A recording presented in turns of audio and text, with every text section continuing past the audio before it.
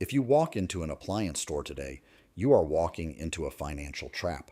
The average front load washer costs $1,200. Retailers will tell you that is the price of innovation. That is a lie.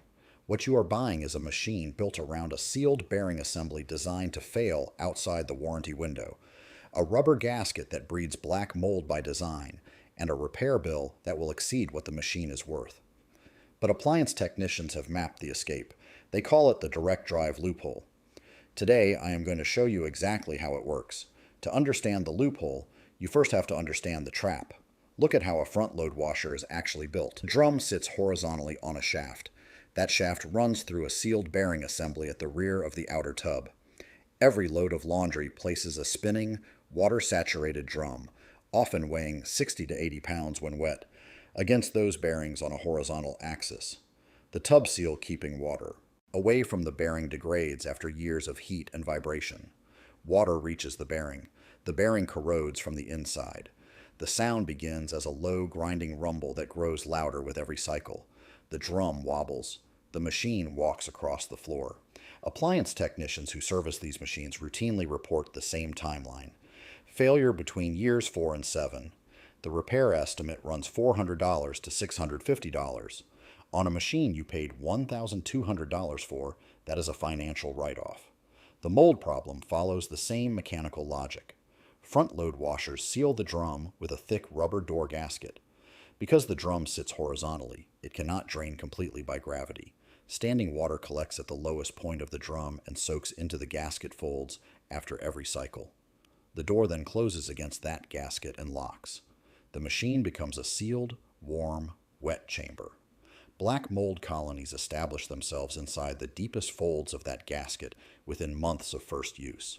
Manufacturers will tell you this is a maintenance failure. That is a deflection.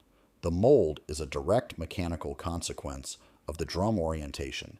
It is not a user maintenance problem. It is a design decision. The suspension system tells the same story. 4 plastic rods with friction pads hold the outer tub suspended inside the cabinet. Every high-speed spin cycle drives that heavy, unbalanced tub against those rods. The friction pads wear smooth. The rods fatigue. The machine starts banging against the cabinet walls until the electronics register a fault and shut down mid-cycle. Replacing the suspension rods runs $150 to $250 in parts.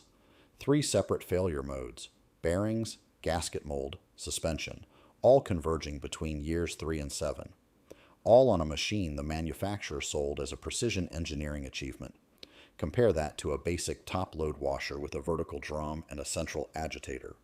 Gravity drains the drum completely after every cycle. There is no sealed door gasket trapping moisture against a heated rubber surface.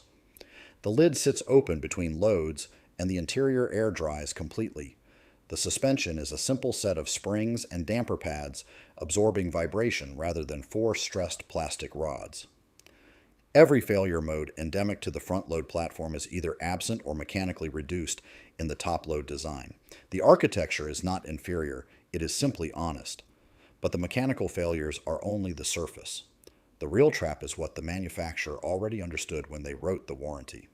Standard coverage on a front load washer: 1 year on parts and labor, nothing more. The extended protection plan sold at the register for $200 to $350 pushes that to 3 years. Appliance technicians who service these machines routinely report bearing failures most commonly between years 4 and 7.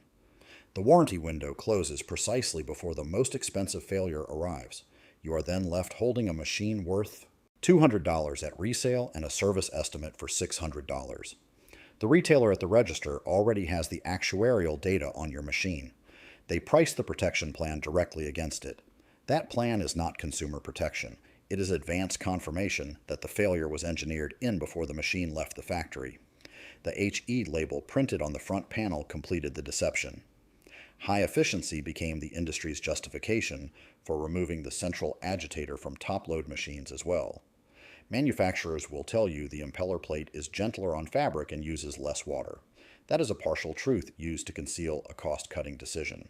An impeller plate costs less to stamp and assemble than a full agitator tower. It also cleans less effectively on heavy loads, and it subjects clothing to aggressive lateral friction that accelerates fabric wear. The efficiency label is a marketing instrument.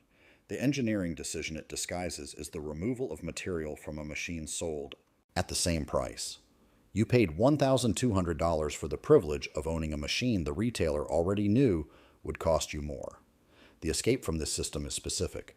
Appliance technicians identify the Whirlpool direct drive top-load platform, manufactured from the mid-1980s through approximately 2010, as the most mechanically proven residential washer ever mass-produced in America.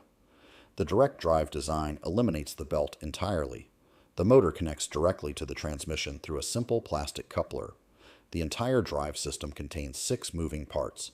A comparable belt drive machine contains 30 or more. When the coupler wears, the replacement part costs $8.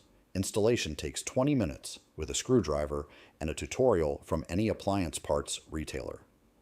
Kenmore top loaders from this same era use the identical Whirlpool platform under a different badge. The machines are mechanically interchangeable and share the same parts inventory at every appliance supply and hardware store in the country. Speed Queen remains the only current manufacturer building top-load, commercial-grade machines for residential buyers. Their TR series uses a genuine agitator and a transmission-based drive system engineered to the same specification as their commercial laundromat equipment. These machines carry a documented service life exceeding 25 years. Parts availability is nationwide and institutional. The machines are not inexpensive new, but the cost per year arithmetic is decisive against anything sold at a big box appliance showroom. On the used market, direct drive Whirlpool and Kenmore top loaders from the 1990s and early 2000s appear on Facebook Marketplace and Craigslist consistently, priced between $50 and $200. A working machine with a replaced coupler and a new lid switch is a 10-year appliance for under $300 total. Here is how you execute this. You do not walk into a showroom. You search your local marketplace for a Whirlpool or Kenmore top loader built before 2011. You look for a tall central agitator rising from the drum floor, not a low impeller plate. You run a full cycle on site before you hand over any money. You listen closely to the spin cycle. You pay cash. You take it home in a truck.